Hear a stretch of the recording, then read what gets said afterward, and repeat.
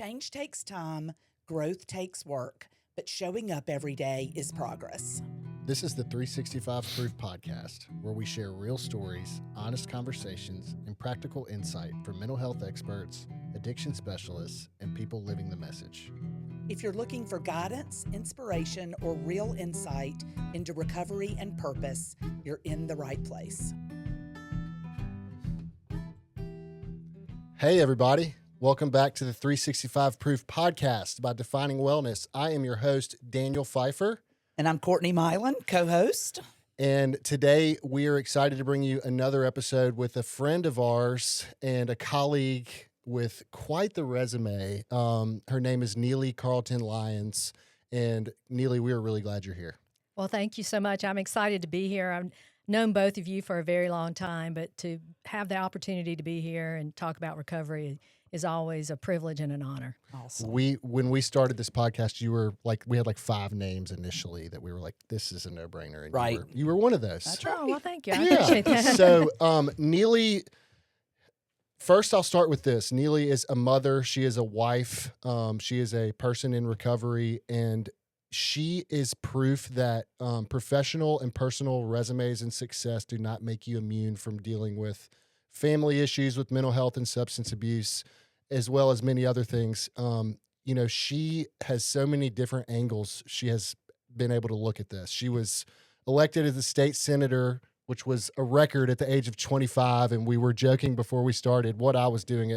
I had just gotten sober at 25. I had no idea what was going on, Courtney. I was making poor choices, Yeah. I assure you. Well, I was still making poor choices. But Neely is an attorney.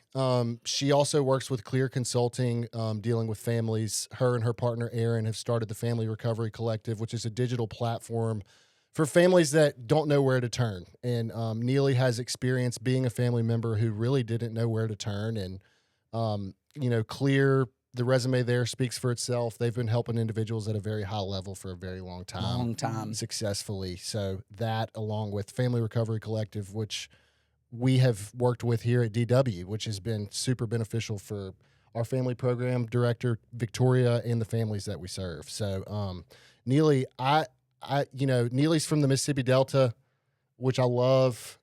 Neely's husband, Doug, is also a dear friend of ours as well. He always He's talks not from around here. He's not from around here. That's right. We love you, Doug. Go Ducks. But Yes. Go Ducks. That's right. But Neely, just start with growing up in the Mississippi Delta, becoming, tell us everything. Let's start with the personal. Sure, that seems like a good place to start. And just before we get started, let me throw out one of my favorite sayings that is, you just asked a retired recovering politician to talk about herself. Yeah. And I have a mic. It's Let's go. I'm Let not it sure ride, this might be Neely. a relapse. Yeah. Here we go. So I'm from Greenville, and I've been living here in the Jackson area for over 20 years. But when people ask me where I'm from, I still say Greenville because that has a definite connotation, and it really identifies me, I think, on a cultural level. And what I mean by that is I grew up in a family. I'm the baby in the family. Mm-hmm. I had 2 older brothers. And but I grew up in a family that was had a lot of status. We didn't have a lot of money, but we had a public image. Mm. My father was the district attorney. He got elected when I was 9. He retired when I was 33. Wow. Yeah. And before that, he had been in the legislature. I had aunts and uncles that were in the legislature. My Aunt Zelma Price was the first female judge of a court of record in the state of Mississippi. Oh, She wow. put women on the jury in the state of Mississippi in the 60s. Wow. She was quite the something. Status, I'd say so. I had, and that's just on my dad's side. On my mother's side, my grandfather was a local politician and elected official. He was a county supervisor. So these 2 really prominent political families married, and then they had babies, and that's me, right? So, but what I really am trying to convey with that is that when you grow up in a small town, that has its own unique challenges because everybody knows you. But when you grow up in a political family, not only do they know you, they have opinions about you. Sometimes they write about those opinions in the paper. Mm-hmm. And because of the particular nature of my dad's job as a prosecutor, I'll just be honest. I grew up listening to stories of violence. I mean, he came home at the dinner table and talked about the cases that he was trying. Mm-hmm. Well, what were they? They were drug deals, carjackings, murders. I mean, you name it. And there was actually a period of time in my early teens when there were death threats against the family, and we had security, and I couldn't be alone. So the reason I'm sharing all that is I didn't really realize until I got to be an adult in my 40s that any of that had left an impression on me. That was just normal life for us. But when I got into recovery and started pulling apart, how I got there, that those are the things that came up, sort of these themes of don't trust anybody, be careful what you say, be careful what people think of you. And also the good parts of that, which were that our family was very dedicated to its community, very involved in helping others. And that showed up when I ran for the legislature. So that's a lot of information about it. No, that's great. Very And, interesting. I mean, my family was not in the political spotlight, but I understand growing up in a small community. But for the listeners out there, Greenville, Mississippi takes small community to another level, honestly. Sure. I mean, at the time I grew up, I think it was maybe the fourth largest city in the state. It is much smaller than that. At least half the population has left the Greenville area.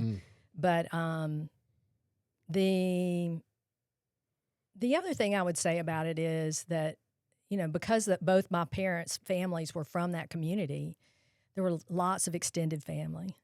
I don't know that in today's society that we see this as often.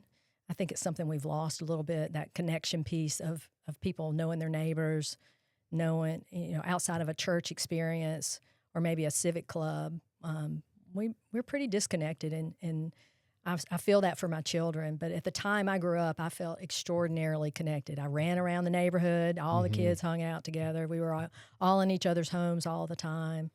There's probably a major sense of safety that comes with that in comparison to the way kids grow up now. There was a sense of safety because you would be somewhere and someone would say something to you and you'd be like, I've never met this person before. Right. And now I realize as an adult, they probably went to high school with my mom, Right. So they knew me, but I didn't really know them. But at the same time, let's talk specifically about the Delta.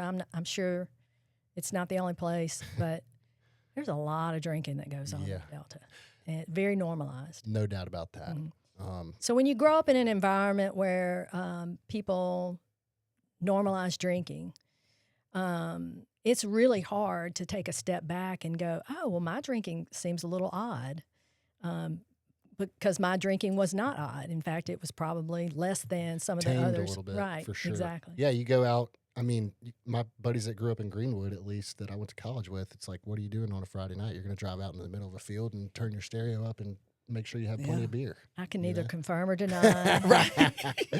Right. That's what we did in Meridian, too.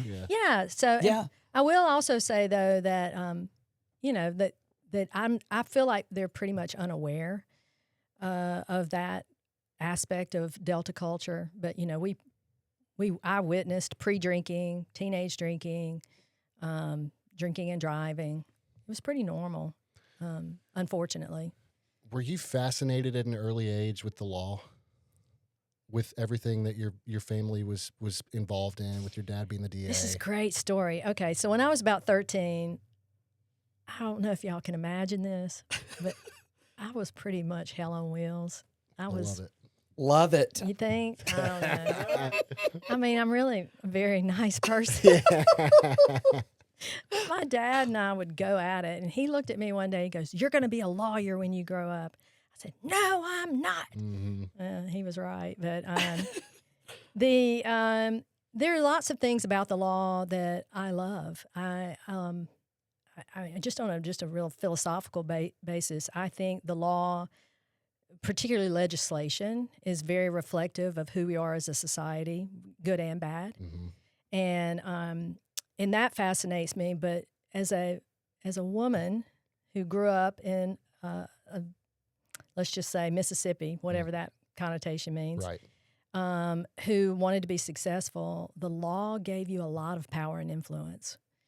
And then you add that next step, which was running for elected office, and that was a big power up, I'll just say. Yeah. And when I got elected, I was one of 3 women, by the way. There are 52 members of the Mississippi State Senate, and there were only 3 women when I got elected. And so, wow. Do you know how many there are now, just out of curiosity, off the top of your I head? actually don't. I'd be curious to But see. it's under 10. Yeah, I believe it. Under 10? Of course, I Yeah. don't even. I'm just Yeah. making a That guess, sounds right. but it sounds Yeah. about right. Yeah. In the Senate, I don't know about the legislature. So, okay, I'm thinking about where we go from here. Well, let me tell you this about being a young person in elected office, and because I think it's important for some other recovery-related conversation. When you're in public office, it's really hard sometimes to have a private life. People who know you as a public persona seek, want, exploit information about you. And near the end of my term of office, that had gotten pretty burdensome because of some stress in my marriage. And I didn't really know what to do with that. And I didn't have great mentors around that particular issue. But it was a significant reason why I stepped out of politics, because I needed to just deal with life and needed not to have it show up in a newspaper. Right.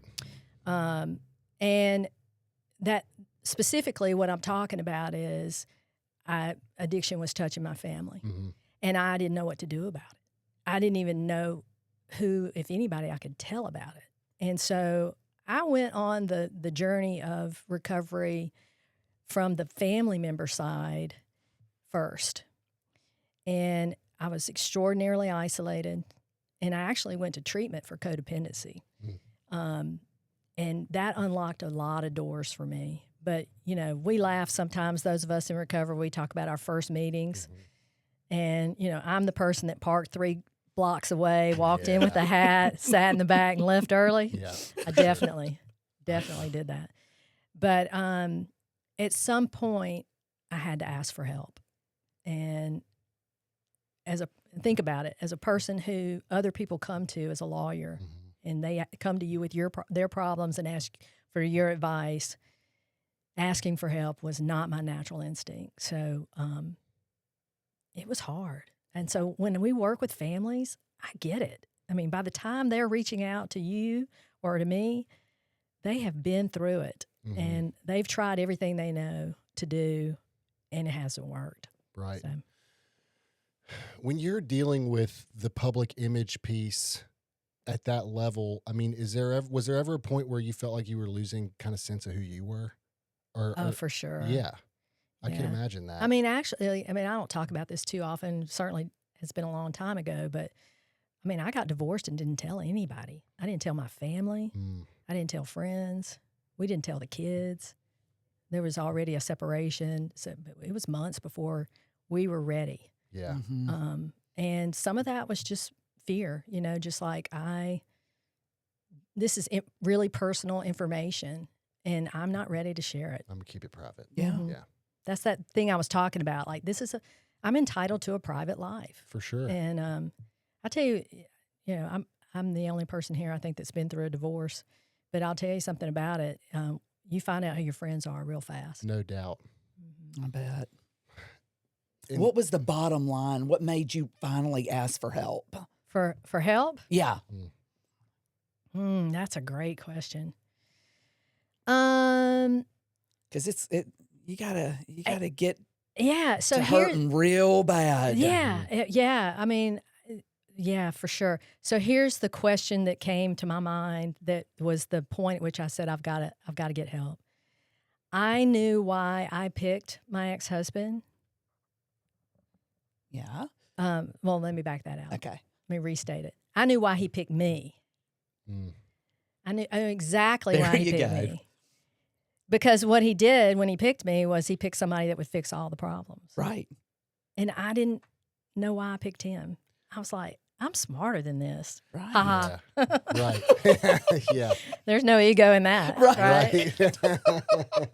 I mean, look, I've done all these things, right? I've gotten a law degree at 23. I've Yeah. Right. gotten elected to the state legislature. I've sat in the quote big boy chair. Yeah. I don't have to be dealing with Yeah. this Why shit. can't I fix this? Right. Right. What am I missing? And when I finally realized that it was about me, like I had to go on the journey instead of outwardly trying to fix whatever I thought was out there. Right. Him and everybody else, by the way. He wasn't alone in that target. But yeah, when I finally asked the question, what is it about me that got here? Then that's when I got serious about going on the journey. Mm-hmm. That's good. And we'll get into the Family Recovery Collective, but that's why you did it. I mean, that's Yeah. it right there. I mean, how valuable is that when you're talking to families, and what does that conversation look like? Hey, Right. maybe we need to look in the mirror a little bit. Yeah. And Sure. figure this out. And you help them maybe get there a little bit quicker. Yeah. I mean, so let me, before we get there, let me say, I did leave the legislature. I did a lot of other things in the practice of law, represented treatment centers and impaired licensees. Mhm. And at some point in that journey, I met my new husband, Doug, who's also, by the way, a person in recovery. Yep. And I also had gone on a journey of getting sober. So I had been participating in Al-Anon 5 or 6 years. I had an opportunity to go do some trauma work, and I decided to get sober to do that. And while I was in that program, they just asked me a question. I mean, just talk about motivational interviewing as a skill set, right? They just said, what is your relationship with alcohol? Man, it pissed me off. Yeah. Right. You know what I mean? Mm-hmm. Like, I don't know. Do you remember when somebody first said to you, hey, is there any chance you might be drinking too much? Right. I'm like, no, Like, no. not at all. No, you'd drink too if you had all this going That's on, right. right? Mhm. Because I mean, like really, like I could look around and point like these Right. these are the motivations at least. But so I did do it, and then when I did quit for this program, and then there was the suggestion that I take a look at it, and it made me so mad. I was like, I'll just show y'all how long I can go without a drink. And that was 10 years this July, right? Wow. But I white-knuckled it for a really long time. And then there was this moment. I was actually at a conference. There was a speaker talking about adolescent brain development. And this is what the speaker said. The speaker said, if you think your kids are listening to you talk about not using drugs and alcohol and not watching you, then you're making a mistake.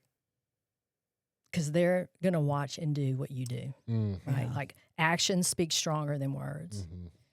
And at that moment, I felt a presence. You call it God if you want. I do. Sort of tap me on the shoulder and say, hey, I know you think you got it all figured out. Mhm. But if it would make a difference for them, Mhm. could you quit drinking?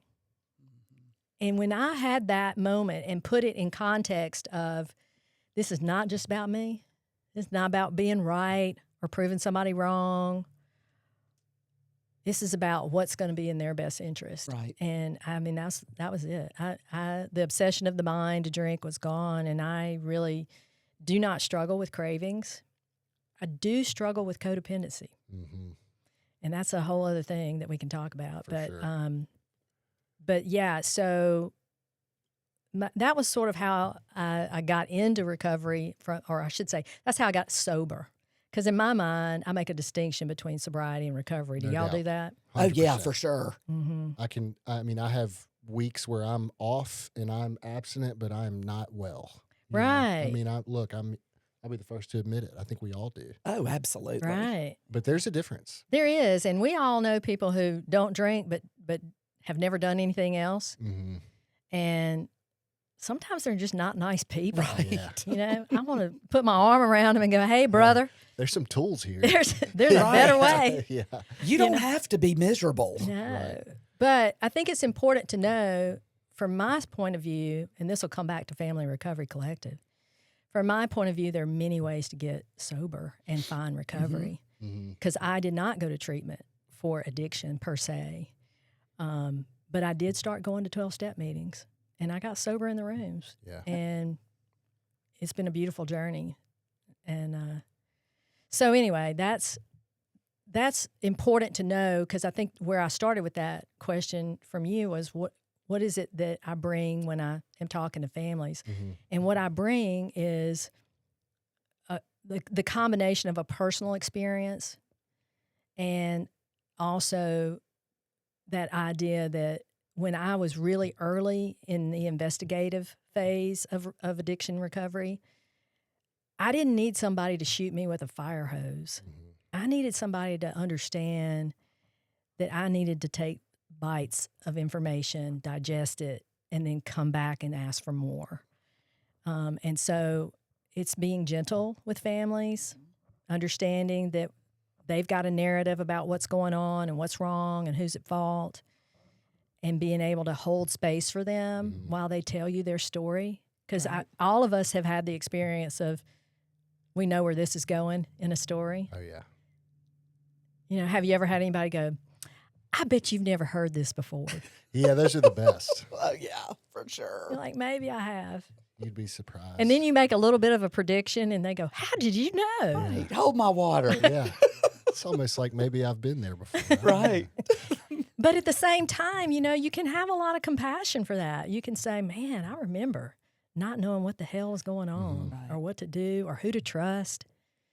You know, they'll call you up, they'll use a fake name, you know, call from a friend's phone. Right. So, I'm thinking, try not to get emotional here because, you know, you mentioned your kids. yeah. And I wonder what that conversation will look like in my own life. God willing, I continue to stay sober one day at a time. What that conversation will look like with my kids. Do I need to have it? You know, if I have it, what level do I need to go to? What was that experience like? Because your kids were a little bit older when you got sober, right? Yeah, right. Yeah.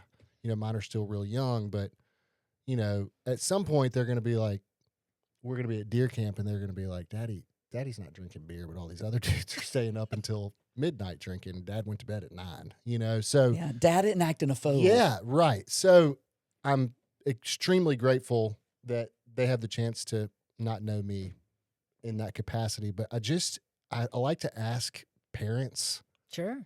what was that experience like? Telling your kids, did you educate them on that? I mean, what did that look like? Well, I would say it was probably scarier for them than I realized at the time, because they knew other parts of our family story, and that part of our family story had not gone well. And so in that narrative about our family, I was not the problem. Right. Does that you were make saving sense? the problem. I was the one who was not the alcoholic.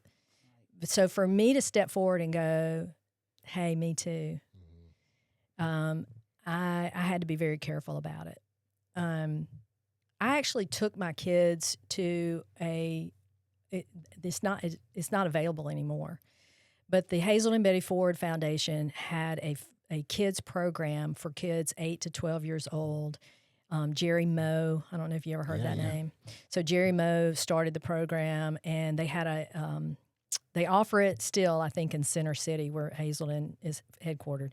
And they might still offer it in Palm Springs, but at the time they had a program in Fort Worth called 5 Star Kids. And I took the kids to that program, and it was a 4-day intensive. Oh, wow. Yeah. And they were with other kids. So it's a group intensive. It was age-appropriate information, and they learned I didn't cause it, I can't control it, and I can't cure it. And they got to hear it at an age-appropriate level with other kids, so they knew they weren't the only kids in the world. That's great. And there's this one thing, I'll just give this to the listener. There's this one thing that they learn there, and it's a metaphor called the backpack. And the metaphor is that some people are wearing a backpack, and they go through life, or maybe I should say all of us are wearing a backpack. And we go through life, and we have hard events. And those hard events are metaphorically rocks. And we have a choice as adults to take the rock and throw it away, or take the rock and put it in the backpack. And if we put it in the backpack, it doesn't go away. It just gets heavier and heavier. And then if you drink or use drugs or have other addictive behavior, then that goes in the backpack as well. And so the backpack just gets heavier and heavier. And it's such a great analogy for kids because they carry a backpack. Mm-hmm. They know how dang heavy that thing is. Yeah. And so when you say, hey, so-and-so is putting rocks in their backpack, they're like, man, that must be really heavy. So they can have compassion, and they can visualize trauma, bad experiences as rocks. And now that you're also telling them what to do with it. You don't put it in the backpack. You go take it to somebody who can help. Mm-hmm. And you get rid of the rock. I love that. So that the reason I'm, in the context of what do you share with your kids, that's what I originally started sharing was, hey, we've got a rock. Let's throw away the rock. Let's talk about the rock. Let's don't pretend like the rock's not there. Yeah, for sure. Right. Which all over the country for sure, but in my experience in this culture that we live in here that's the tale as old as time. Man, have you ever heard me talk about the Deep South personality disorder? Tell us. What's that? Tell us. Well, it's a combination of spiritual bypass, like God's got a plan. Yeah. I just need to pray harder. Spiritual bypass is this phenomena of not allowing for grief and a process to occur when something bad, traumatic has happened.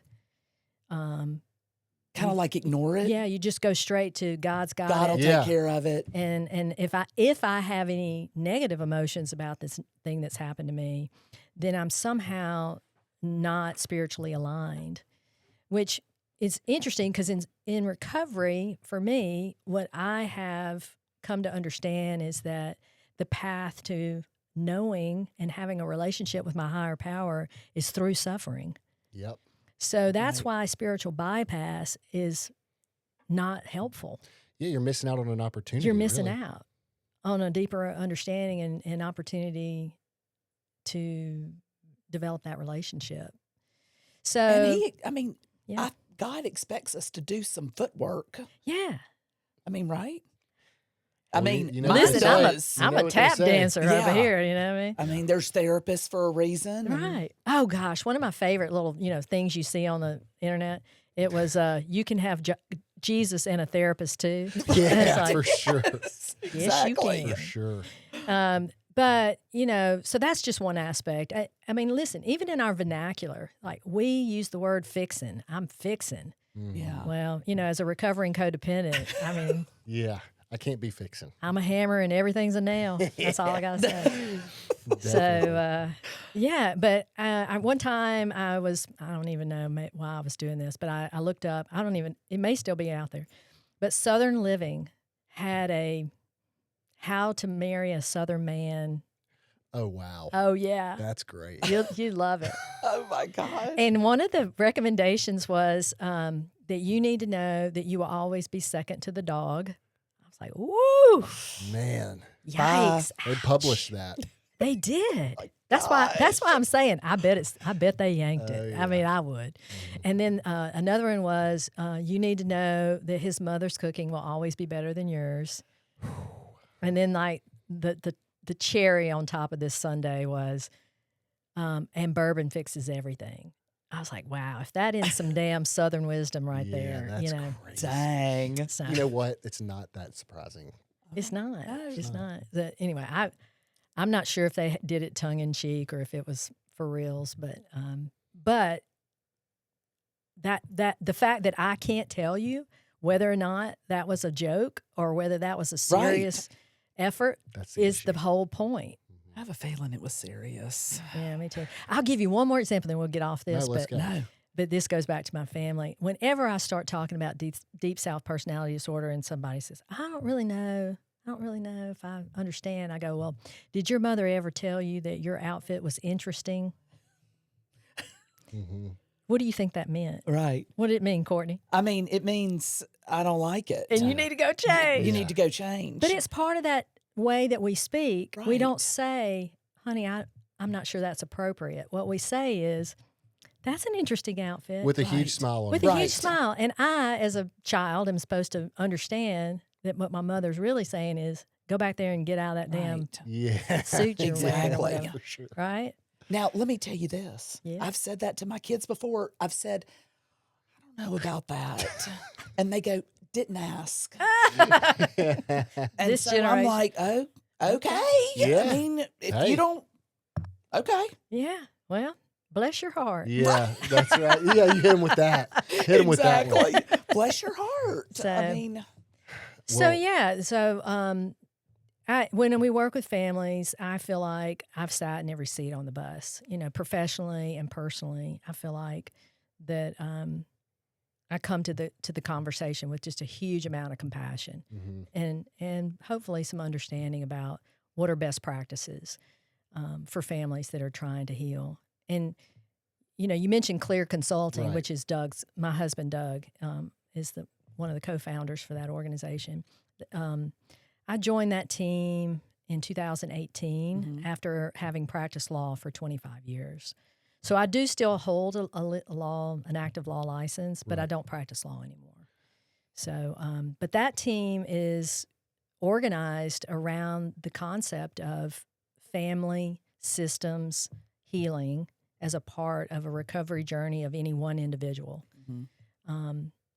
So That's what works. that's what works. That's being able to come in and deeply understand how that family got to where they are, the things that they've tried, what is their story.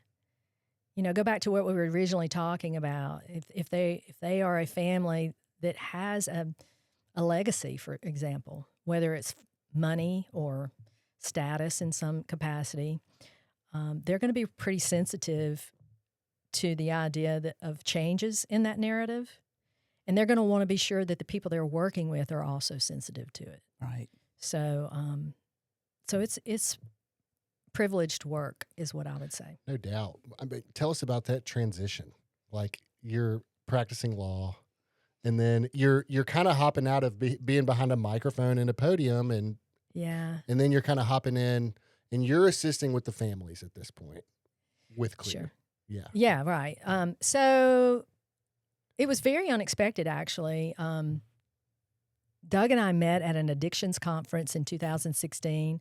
We were both presenters of a fashion, and I didn't know who Doug was at all. I love that. I mean, I'm smiling. Before this podcast, we were talking about he's receiving a Lifetime Achievement Award. So, honey, you're a big deal. If he happens to listen to this, He better. you go. So anyway, I sat next to Doug at this conference, and he says, well, where are you from? I mean, I don't know why he thought I had an accent. And I say, oh, well, I'm from Mississippi, but you've probably never been there. Yeah. I love it. And turns out he's got family from Jackson. Yeah. So he has been here. And so, flowers bloom and we get married and all that. But still, no idea that I'm going to go work with Doug. But certainly we share recovery. We share similar backgrounds in a family sense. He went to a military school. My dad went to a military school. He was a boxer. My dad was a boxer. If you think patterns don't repeat, Yeah. I mean, really. So, Interesting. but at any rate, I was working with an impaired licensee who had a hearing before a board of licensure. And what I said to the person was, listen, I think we're going to be okay at the hearing, but have you been to a meeting lately? Because you sound like you maybe need one. And when I hung up, Doug looked at me and he said, if you ever want to come work with me, I think you can do this work. And at the time, it didn't make sense to me, but here's the parallel. When you practice law, people come to you with a problem, and they have a story about what that problem is. Now, they're not lying to you when they tell you the story, but they have chosen a series of high points, information, point of view. You know, they have a way that they're going to tell you the story that serves a motivation. And I'll give you an example. If it's a car wreck, then they're going to emphasize what the other person did. They're not going to tell you they were on their phone. Right. Okay? Right. You see what I'm saying? So when you sit with people, when they come to you in that way, and by the way, I'm confident that's what therapists do as well. Mm-hmm. But when you sit with them and they tell you the story in their way, you're listening not just for what they say, but what they don't say. And you're also listening for their motivation. Because at some point, you are going to have to take their story and shift it 2 degrees to get to an outcome that is actually achievable. And that is exactly what I do at Clere Consulting. We work with families. We listen to their story. We get to know them deeply. We understand their motivations. And then we have to oftentimes give them a 2-degree shift in perspective that will take them in a completely different direction. That's what I mean by being gentle. It's not a 180. It's a 2 degrees. It's like, can you pause? Can you consider these other options? Can you add this to it? Can we just talk about it? Which, by the way, is how Doug got me to date him. That's funny. He asked me out, Courtney, and I said, I don't think so. I mean, really? Yeah. I can't date somebody from Oregon. I've done some dumb things in my life. But the idea of dating a guy who is that far away is probably going to top the list. And he goes, but can we talk about it? And I go, I love it. Smart man. I mean, Very smart. I feel for it. Was he living in Oregon at the time? Yeah. Yeah. I didn't know if he was in Minnesota. Absolutely. I was like, sure. Yeah. Like, okay, Oh, what would that hurt? Yeah. Right. What's it hurt to talk about Yeah. it? Well, it was a 3-month motivational interview. I'll just put it that way. Gosh, that is hilarious. Wow. Yeah, but he's cute. Yeah. So He's a good man. he's a good man. He is so, good.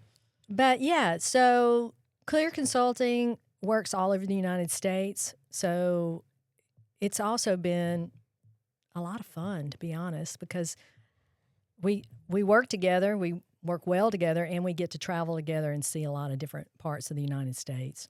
So That's awesome. yeah, And I've then- always loved the family part isn't it? of addiction. Yeah. I mean, just working in admissions, especially I wonder back about in the that. day, Mm-hmm. you know, the family members would call me, and I loved them. I love the family members so much. I'm like, I don't care about the addict anymore. Let's me and you be friends. Well, let me ask you a very important question. If you have somebody who goes through treatment for whatever length of time is recommended, and the families don't get anything, what is the impact on the person coming out of treatment? How does that make any sense? It doesn't. Makes no sense. Right. It absolutely doesn't. I mean, my personal experience is my family doing the work before I did saved my life. Exactly. There You know, I mean, look, they had a long way to go, and I certainly did too. We still do, but I mean, if they wouldn't have set those boundaries, you know, I'd be dead, Yeah. guaranteed. Yep. Yeah. And then, but not only that, and I think it's important for the listener to know who may not really understand the process of a ed consultant or an interventionist. The work doesn't stop when the person gets into treatment. Truthfully, that's kind of when it really starts. Yeah, I think that's super important for Yes. them to know. Because it's, the idea that most people have is that it's an acute illness that takes a finite amount of treatment, and then they come out and they're fixed. Yeah, we got them into treatment. It's like, Right. you can take a deep breath, but you're probably going to need to take a few more. It's like, because it's that person's problem, not ours. Right. Look at all this stuff I've been doing. I mean, I 100% was that person. Yeah. I remember the first time somebody suggested to me that I might want to go to couples counseling or family counseling. I can't repeat the explicatives that I had for that.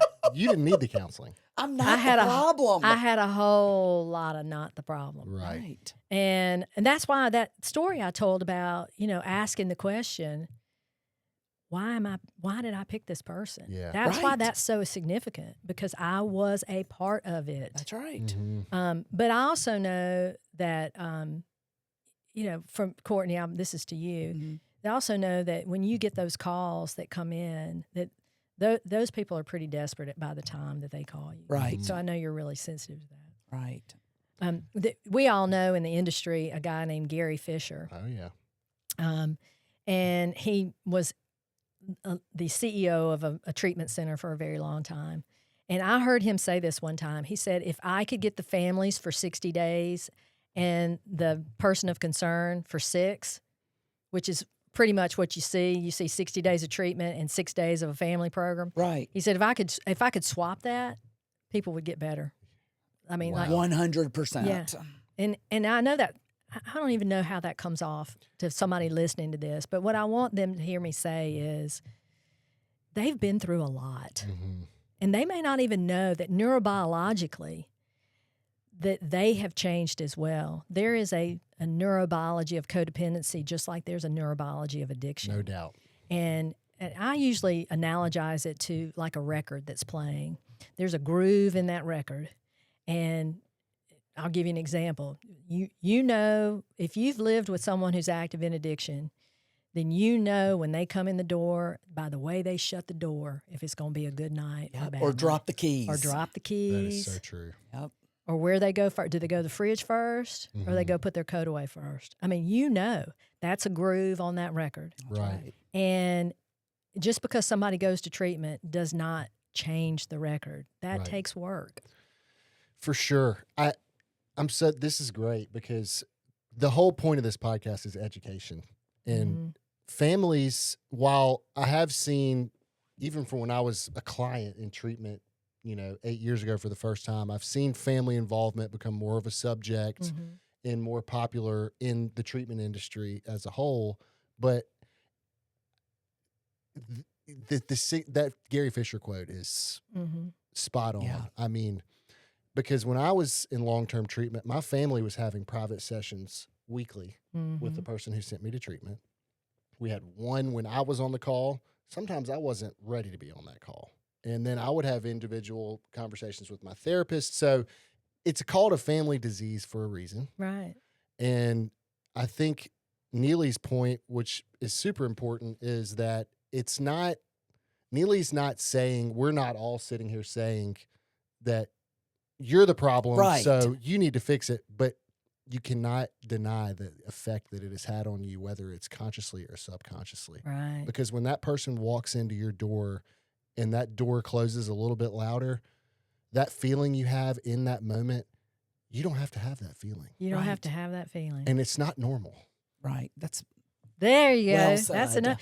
So if you grow up in a family, addiction doesn't even necessarily have to be there. But if you grow up in a family where, the experience that you have, people don't talk about it. They maybe deny that it's there. Like if you bring it up as a kid, they go, "Oh no, Uncle Johnny's fine." Yeah, right. Like he was acting weird to me, Mom. Yeah, for sure. He was asleep at 2:30. So I don't know. So, but if you grow up in that family system and then you have these really odd behaviors of a loved one, and it's natural to want to try to help them. That's what anybody would do, but what happens is there are some things that are best practices in helping someone, and then there are other things that feel like help but are actually moving in the wrong direction. You said boundaries. Boy, let me tell you about kids and boundaries. That's really hard. It's one thing to say I can set a boundary with a friend, I can set a boundary with a parent. They run those suckers over, don't they? And I can say I can set boundaries with spouses. That gets, but when it comes to kids, wow, that's where people really, really struggle. I think Very hard. Yeah, no doubt. I mean, I'm dealing I couldn't with set a boundary with my toddler. Yeah, I mean, You know, that smile with that little Dora haircut. Yeah. I'm like, okay. Right. Right. But I remember my parents, my mother, when she found Al-Anon, my world Yeah. was rocked. like, who are these people, Mom? They're What weirdos. do you mean you're not sending me a check? Yeah. You know, what do you mean I'm cut off financially? I can't Like- come over. Right. You change the locks on the house. What? You stop paying my truck note, and How it's gonna dare get, you. You know, I mean, that stuff, and I mentioned this probably in multiple episodes we've done already, but I can't say it enough. Like, now that I have children, I cannot imagine closing the door on my kid and not letting him inside. You know, and that's that piece you talk about with children. It's you've got to have somebody like Clere or have resources like the Family Recovery Collective. I think now is a perfect time to segue into what that is. Sure. Because for the family that is in that position or has been before, Aaron and Neely quite literally made it for you. Sure. So you're talking about my personal company, which is Family Recovery Collective. And the way that got started is about 10 years ago, one of my good friends, now one of my besties, Yeah. Erin, she called me and she said, hey, I've been thinking about doing some codependency workshops, and I would like for you to co-present with me. So we did 2 or 3 of these. She and I had a great time doing it. But at the end of it, she called me up and she said, I've had a great time doing this. I have the dream, the desire for you and I to take our personal experience and make it bigger, amplify it, and make it available to as many people as can possibly get it. So would you go on this journey with me to create an online community where we take our personal experience and expertise, we go find experts, we pull it all together, and we offer it to families who are on this journey. And you can be anywhere on the journey. I mean, let's say you're not quite sure if your loved one has a problem. We have resources for you to help you discern where you are. We have what we call coursework. It's set up like a classroom, but it's all, self-paced. You pick the topics you want to emphasize. But we have a whole course that's on addiction, but not with the emphasis on how to get that person into treatment or how to, quote, fix their problem, but to recognize the impact that that's had on you and how to get yourself into recovery from those effects, and also what are the best practices in dealing with that relationship, whether they're active in their addiction or whether they're in treatment or whether they're in early sobriety. So it's really a broad base of resources that we consider unbiased. And let me explain what that means. Earlier in the conversation, I talked about that the way I got sober was in the rooms. What we know is that of the millions, tens of millions of people in the United States, what is it, roughly 50 million people that meet criteria for substance use disorder? Wow. It's a big number. Roughly 10% of the people who meet criteria will ever go to any treatment. That means there are 90% of the people out there that have a need, won't ever go. And that may be financial. That may just be situational. It could be a lot of different reasons, but those families deserve resources too. So we made it super low cost so that anybody can do it. And we made it unbiased because it's not designed to make people go to treatment. In fact, it's about 50-50 in the membership. We do work with treatment centers. Defining Wellness is one of them, to help them support their family programs so that there can be some educational tools for those families. But it's not designed to be a how-to fix your loved one. Right. It's more of a, here's some best practices out there. we believe in you as a family in making your decision about what's best for y'all, given your situation. I like that. It's on a case by case. Well, the You name don't is have to fit intentional. into a box Right. to be part of it. Right. Exactly. The name is intentional too. Yeah. Like family has its own recovery process. Right. And you can do it as a collective. Right. Together. And we collect information. And you collect information. We do not, we're not going to sell anybody's name to a marketing list. Oh, gosh, no. You know, No. we're very, very conscientious about that. We're not, we're not making referrals No. of any description because, like I say, if somebody may have a loved one that's not ever going to go to treatment, but they need support too. They So gotta take care of themselves. it's been great. It's been a little over 2 years now we've been doing it. We do, like I told Daniel, Courtney, when we were walking in that Aaron and I have been doing recordings for the last 2 years, and I know way too much. I never thought I'd be an expert on any of this, but I mean, I know a lot about it now. Yeah, for sure. Well, I think I love the affordability piece. Yeah. Because I can speak for us at DW. We deal with an insurance dependent population. Right.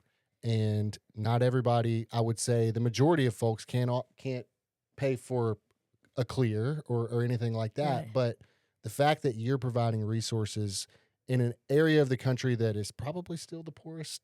Yeah. You know, I mean, it's obviously it's virtual, it's for everyone, but for us here at DW in this region to have a resource like that, it's like a one-stop shop that is affordable in a rural area. Sure. I mean, think about the people that come here from That's rural right. Mississippi they may not have the means to get 2 hours to Jackson to go see the therapist that they love. But you know what? If they have internet at their house. That's right. Or even to an Al-Anon meeting or something. Right. And sometimes people will ask, well, what's the difference between a 12-step meeting? And I would just say, go to a 12-step meeting and you'll find out. But I mean, you know, I participated in actually I've been a participant in many 12-step programs, and but Al-Anon never taught me any of this stuff. It maybe gave me some of the slogans and tools that I needed, and certainly it gave me a sponsor, right? But I did not learn the codependency neurobiology in Al-Anon. I did not learn addiction as a brain disease or family systems even in Al-Anon. Those are things I had to go elsewhere and get, because that's just not the role of a 12-step community. Right. 12-step meetings are about somebody talking about, hey, I had this thing, and here's the solution that's based in the steps. Right. And If you'll just do this. it's an experience, strength, and hope kind of thing. It is great. So, I mean, we certainly promote 12-step meetings, Of course. but it's not competitive Right. or mutually exclusive. And it is, to your point about being cheap, it's $19.99 a month. Yeah. But if you feel like if you want to That's- pay it up front, it's $200 a year. So it's I mean, that's amazing. you can spend That's- more money than that going through a fast food restaurant. Oh, for I was sure. struggling to find a friend of mine. She doesn't have health insurance right now, and trying to find a therapist that was a reasonable hourly rate. Like a And sliding it was scale. $200 an hour. I was struggling to find. Still hadn't found it, Yeah. but we'll get her somewhere. Yeah. One thing, real quick: the neurobiology of a codependent. Yeah. I mean, I was probably sicker in codependency Yep. than anything else. Mm. And it is a brain that something clicked or didn't click Yeah. when I was in the midst of it. So I love the topic of codependency. Me too. And I'll say this: when I started delving into codependency, really understanding it as a concept, I hated every single definition I ever found. I thought, what the hell is this? And maybe this is my lawyer brain. Yeah. I'm gonna blame it on being a lawyer. Yeah. There you go. That works. Not personality, not personality. But you know, I could take every definition and figure out how it did not apply to me, Yeah. right? Right. But when I figured out and I would recommend anybody who's curious about this, go to this resource.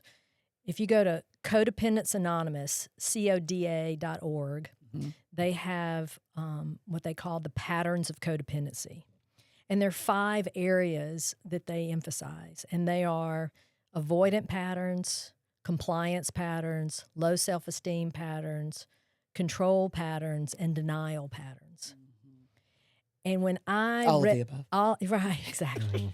When I read through the list of those categories, I could clearly see my behavior. Right. And so, you know, I just don't even bother with trying to give it a definition anymore. Right. What I can tell you is control is my morning biscuit. Okay. Yeah. And I love that. you like that? Yeah. I mean, coffee and control biscuit. Yeah. I love it.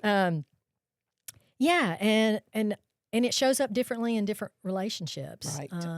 You know, the relationship with my kids be a little different than maybe it shows up at work. Right. So, yeah, I think codependency is an adaptive behavior that comes, again, out of our early childhood experiences.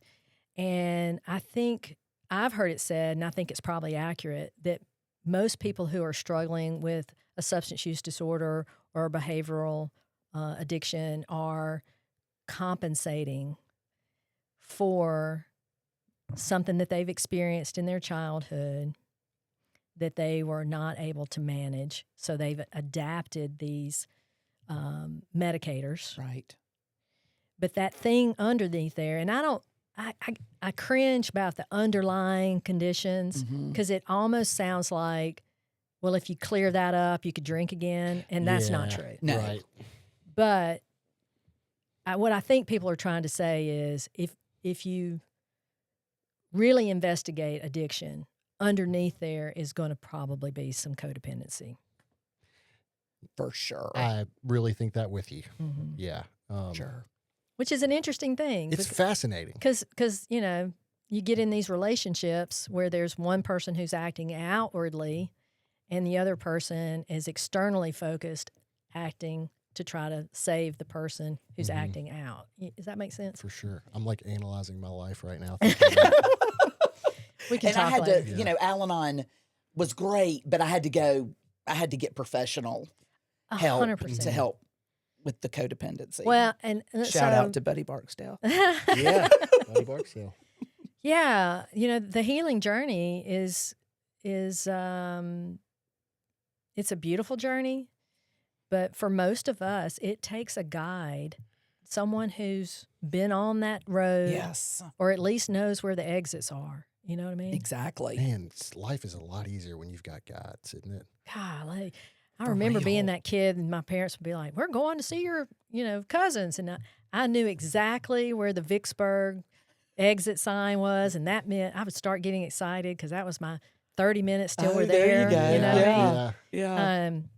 And, you know, when I got on the journey of recovery, I didn't know where the exit was. I didn't Right. know if I was doing well or not. Right. You know? Well, you mentioned earlier when you when you were part of the legislature at that point and you were quietly getting divorced, you made the comment, I didn't have anyone to guide me. I didn't have a mentor. Yeah, you didn't have a mentor. I didn't know. That must have been so lonely. You were young. I mean, Yeah. Yes, I was. you Daniel. still are, Neely. You still are. You still are. Way back then. Yeah, Way yeah. Yes. Yeah. No, but yeah, the codependency piece is so fascinating Yeah. to me. I had to do a lot of work with that myself, still do. Yeah. And I wouldn't trade it for anything. And control is definitely my biscuit. as Oh, well. yeah? Yeah. with extra Huh. extra cheese.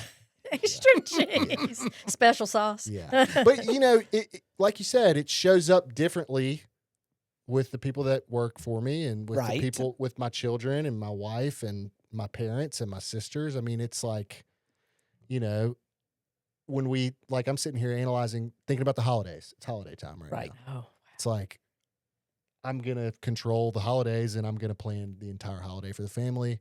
And in my mind, I'm doing it because I'm doing it for everybody else. But really, in my mind, I'm doing it for me. Right. Right. You know, I mean, that's Yeah. really what it is. Yeah. I'm doing it so I can take a deep breath. I know I Right. can control, I know I'm going to do it the right way. I mean, it's so fascinating, and it definitely crops up all the time Wow.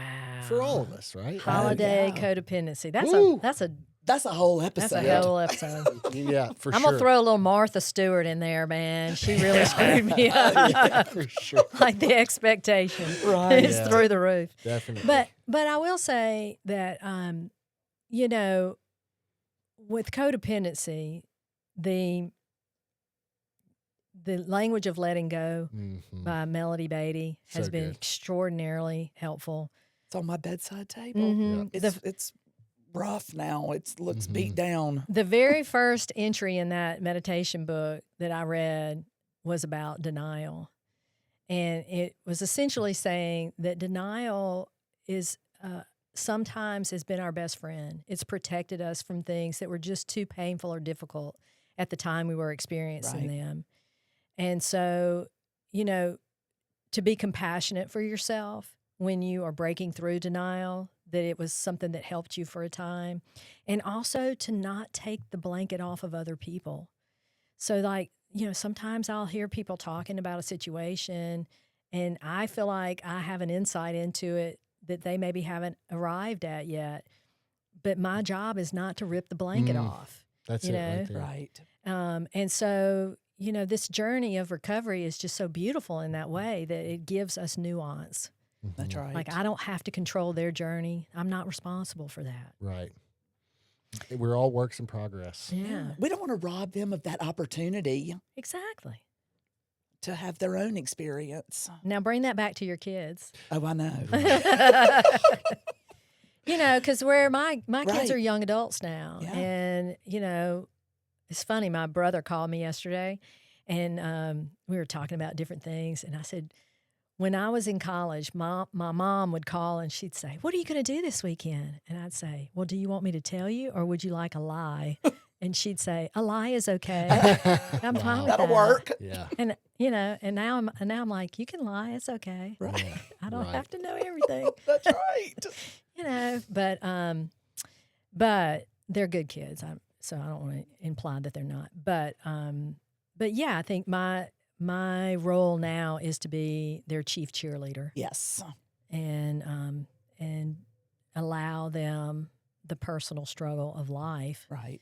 and know that was really important to me as Yeah. well. And my parents, I mean, look, every parent has done something well and done something not well.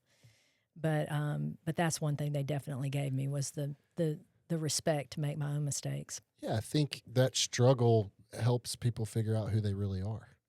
Yeah. And I'll say this other thing about codependency too. I read a meditation in a different meditation book one time that hit me right between the eyes. It was that my strengths were irrelevant and my weaknesses were evident. And I was like, "Ooh, I got to sit on that one. Yeah. Let that one soak in."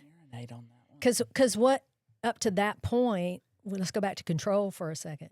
Control made me very successful. Mm-hmm. The ability to control outcomes, to control work product, to control pace, to control a room, to control a message. I mean, I could go on and on, Yeah. right? And it became completely irrelevant in the situation where I was trying to help a loved one face addiction, Wow. Right. right? Yeah. But what was evident was that, things were slipping through my hands, Right. that was a weakness for me. That's powerful. So Sure is. Well, tell us about the quote, the song, all of it. okay. So one of the things that we Mm-hmm. discussed was whether we have a favorite recovery song. And the backstory on this is that I had gone to do some therapeutic work, and it was really the beginning of a journey of recovery from codependency and trauma. And I was like really blown away by all the insights and revelations from this little intense period. And I got in my car. Does anybody else on this, do y'all think in lyrics? Does that ever happen to you? For Like all of sure. a sudden lyrics pop into your head? Definitely. Okay. I'll hear a word and go to a song, or a phrase and I go to a song, and then the song's stuck in my head. Yeah. Damn you, Rick Springfield. Jesse's Girl drove me crazy in 4th grade. I could not get that song out of my head. I don't even know if I knew what the hell it meant. But I was like, damn it. Yeah, Anyway, I digress. So what my brain thinks in lyrics, and I had this moving experience, and I got in my car to leave and go home, and the very first song that popped in my brain was Tom Petty's Refugee. And if you think about it, the words of the song are, you don't have to live like a refugee. And then there's another part of the song where he says, essentially, I don't know what happened to you. You're not the first. A lot of us have been hurt. And I'm like, man, to this day, I can get misty listening to that song. Wow. I remember exactly where I was. It felt like a God shot, really. sure. It had to have been. You know, it's like, That's what I was because he's thinking. my favorite. Yeah. I mean, I love me some Tom Petty. Me too. Right. But over the years, there have been many more. In fact, I have a whole playlist on my phone that is about recovery, gratitude, acceptance. Oh, nice. I might get you to share that with me. Yeah.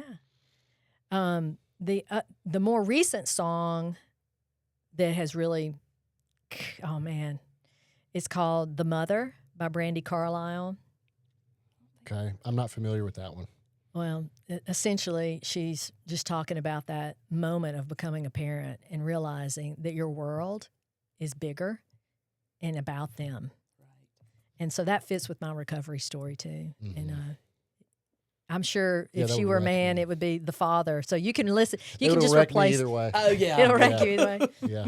Yeah, Are you empty nester? I am. Yes. Hold on, wait a minute. Yeah. Right. Let me Yeah. not. Not really.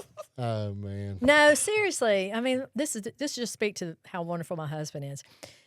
I was that parent, man. I was really enjoyed being a parent, and I have a daughter who's now getting her graduate degree in social work, and Awesome. I have twin sons. One of them is studying in South Korea, and the other one is at the U.S. Naval Academy. Right. So he wants to fly jets. So Yeah. super proud of them. Yeah. But you know, when they left all basically within a 2-year period. Mm-hmm. And Doug knew that this was gonna wreck me. Yeah. Mhm. So he scheduled trips from August till December. We were not Wow. home but about 10 days in 4 months. We traveled. And I didn't even notice they were gone because I was gone, right? Yeah. Right. And then they came home for Christmas and ignored me. Right. Yeah. Right. And then, yeah. We still talk about the Christmas that I had, the cookies and the popcorn and everything. They're like, I'm going to see friends. Yeah. That's I'll be back right. later. And I was like, Mm. what? I'm a friend? Right. Yeah. Come on. Anyway. Both of mine are in college. So Stuart and I, we love it. But they come home and then they're like, peace out. Yeah. I got to go to, go see such and such. It's I'm like, interesting how the okay. energy changes. Even when one leaves and there's still one at home. Right. And then that one comes back and they're like, Where's the butter? It's not Right. it's not where the butter's usually, Well, we moved it because we live here. Yeah. Exactly. Liv is like, where's the snacks? Everything Like, is you don't live here expired. anymore, Liv. I'm like, we eat cereal Yeah. or go out, Yeah. It's not. Yeah, the kids have definitely opened the fridge and gone, "Where's the food?" Right. I'm like, "Here's some money. Go to the store." Right. We That's apparently what I don't do eat too. anymore. Well, mine are in diapers. You're gonna get For there, now. Daniel. Yep. For now. That's right. That's right. It is amazing. Tell me, it goes by so fast. Yeah. It does. And I didn't believe people when they told me that.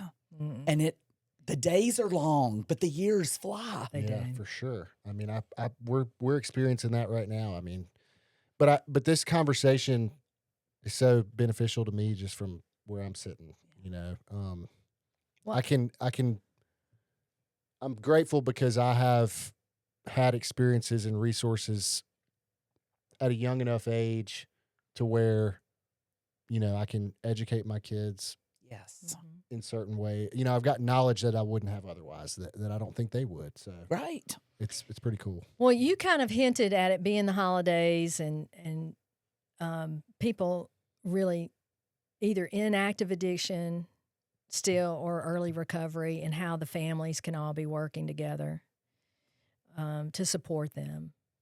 And so I really want to take a moment to talk about, maybe we can all share some thoughts about it. For sure. But I really want to take a moment to talk about what would a family do if they are anticipating that picture perfect holiday and they know their loved one has a problem, but they want to get through the holiday and they want to just do the best they can. Mm-hmm. You know, January, we'll look at this again, Yeah. right? New Year. New Year. Mm-hmm. I know from my perspective, that situation to me is some part communication and some part boundaries, and maybe the boundaries are more internal. Like, I can't control you, but I can control me. Right. Right. Like, I can control if I go to a party with you. I can take my own car. Yeah. I can decide I'm not going to be in a vulnerable situation. Or I can control how I respond to you. Like, if you say something provocative, then I can say, I'm just not going to talk about that right now. You know, without a whole lot of anger, hostility. Or say nothing. Mm-hmm. Just be like, Mm-hmm. not the time and place. So that's what you can control is yourself. I guess that's what I'm really trying to say. So you'll see a long list of holiday tips, right? Oh, yeah. But what they're really saying is you can control you. And here's some ways to do that. Mm. Y'all have any thoughts about that? 100%. I mean, that was an eye opener that I can control my reaction and how I respond. Mm-hmm. And I've always been a reactor instead of a responder. Mm-hmm. And so that was very eye opening for me. Yeah. And then I always say to myself, just keep your expectations low and just hope for the best. I'm sitting here thinking about me. You know, I have two older sisters, and the one closest to my age is in recovery, but there was a time when neither of us were. And, you know, my parents, I'm going to share this, they wouldn't care, but, you know, they both are, they learned from, which, you know, I had to learn this, a lot of family system stuff.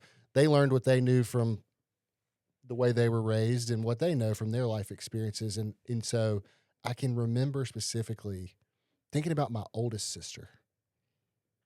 And, you know, she's always been straight and narrow, super social, all this stuff, you know, and then there was me and Elizabeth, which we had a little bit of that, but our lives were unmanageable.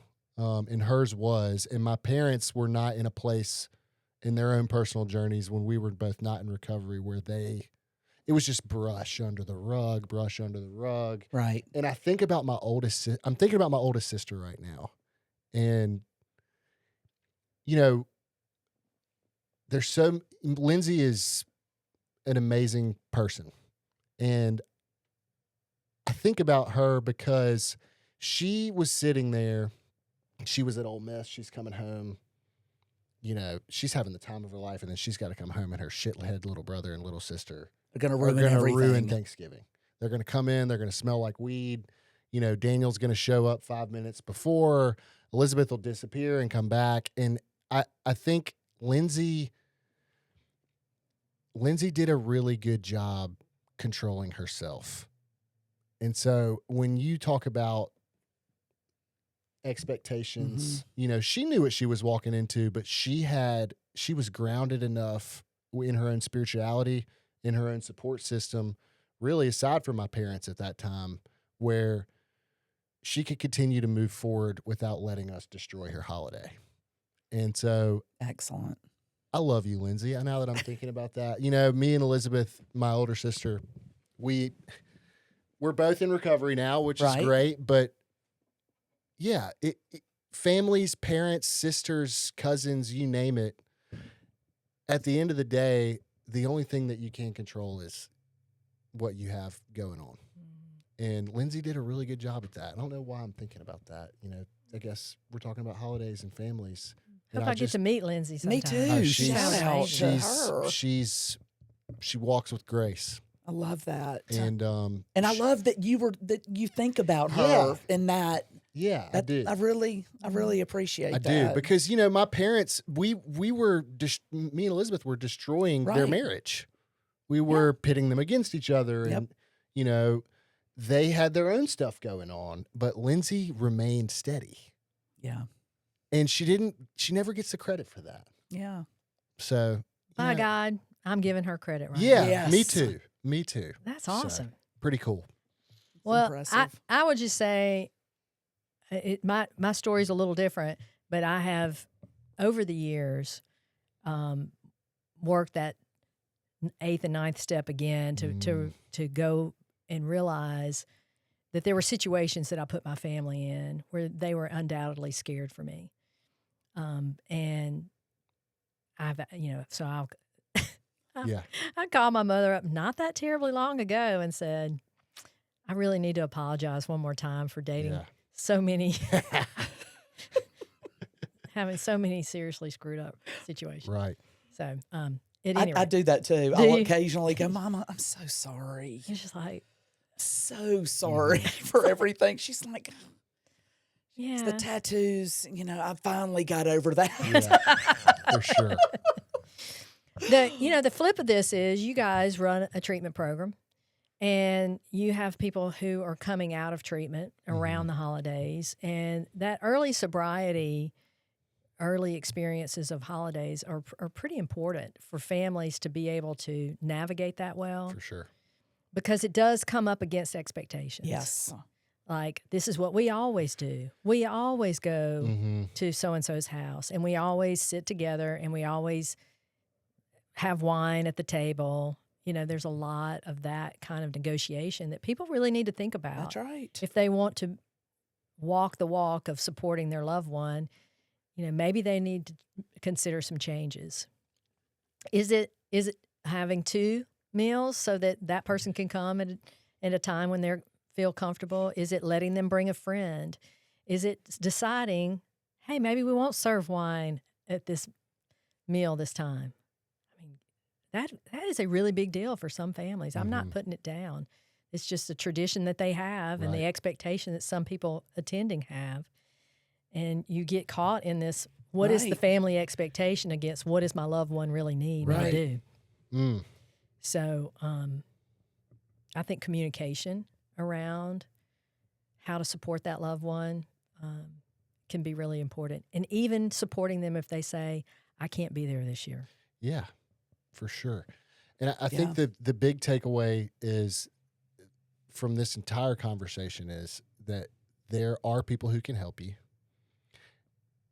It's really hard to do without support and community. I think that community was so important for me, was so important for my family, whether it was in Al-Anon, whether it was in family support groups or whatever the case may be. I just think that I want hope to be the message that this episode is about, for sure. Absolutely. You don't have Yeah. to do it alone. No, you don't. Right. I think it's wonderful. I mean, I agree with you. I think hope is the right message Mm-hmm. because anything that we've suggested, the reason we're suggesting it is because it works. Mm-hmm. Right. And that we see people come back together and have wonderful, your story, Daniel, wonderful, beautiful relationships with their family Mm-hmm. after some really tough times. For sure. And it happens actually more often than not. Yeah. And right. sometimes people will ask me, like, isn't your work pretty depressing? And I go, no, not at all. If it were, I wouldn't do it. I mean, Right. Yeah. but it is the fact that families can go on this journey together. They're more successful if they do, and that love will win the day for sure. Yeah. Mm. Good Amen. stuff.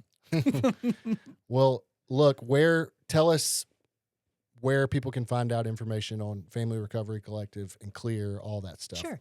So familyrecoverycollective.com, www.familyrecovery. Easy peasy. And we have a lot of free resources if you want to check those out. Go look at the blogs.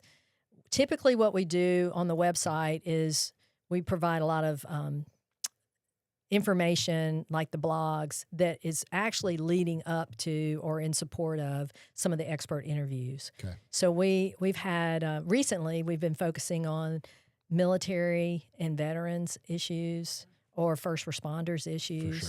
sure. Because that's a unique segment of our population that Right. needs specialized support. No question. And so we've got a great set of interviews that include the wife of a former Marine.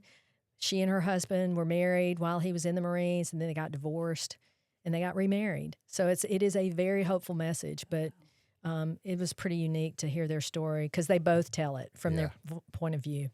And then we did a whole series on process addictions. You know, we've been talking about substance use disorder mainly in this conversation, but there's a huge emerging emphasis, I think, on gaming, sports gaming, as well as video games.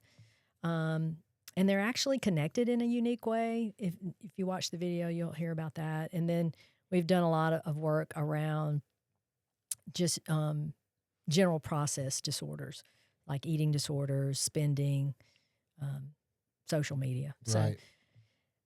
at any rate, that we're there. We hope people come find us and join for a month. I mean, great we actually have resource. I think we have like a 1 week free deal, so you Yeah. can join for a week. You can read it all and then cancel it out. You know, Love so if you need it for free, we got you covered. Clere Consulting is different. It's a funny spelling. It's CLERE, clereconsulting.com. And you'll see all the team member profiles on there. And there's some blog resources there too. So if you're interested in just even knowing about what that service looks like. Right. For sure. Awesome. Well, Courtney, you got anything else? What a great I know. time. This was so informative. I have 3 more hours. Y'all want to get I know. Well, I was about to say we're gonna have to do a Neely volume 2 at some point, Right. and we're gonna have to get Doug in here at some point for sure. So if we can drag He's him, wonderful. yeah. Every time I He see him, he's like, is. yeah, "I'm trying to slow down," and I'm like, "Doug, you've been saying that for a couple years." That's right. But it sounds like y'all are a little bit. It sounds like y'all are going to Hawaii and Yeah. enjoying Travel. maybe phasing into that a little bit. So Well, maybe not. you know, the thing is, you have to understand, Doug does 150 while the rest of us are pedaling at 125. Definitely. So for Doug to slow down really means he's still booking it, Yeah. you know. Yeah. For sure. But he's so funny. Yeah, he is. He was Well- getting on the plane this morning, and he took a video of the guy who was taking his ticket from Greenville, Mississippi. Stop. God bless it. There you go. I was like, how? What All a chance roads is lead this? to Center of the Mississippi. universe. Really? Center of the universe. Thank you so Neely. much for letting me be here. Thank you for being Thank here. you. We appreciate so you. much. All right. See y'all next time. Peace out. Yay! You liked it? Good job.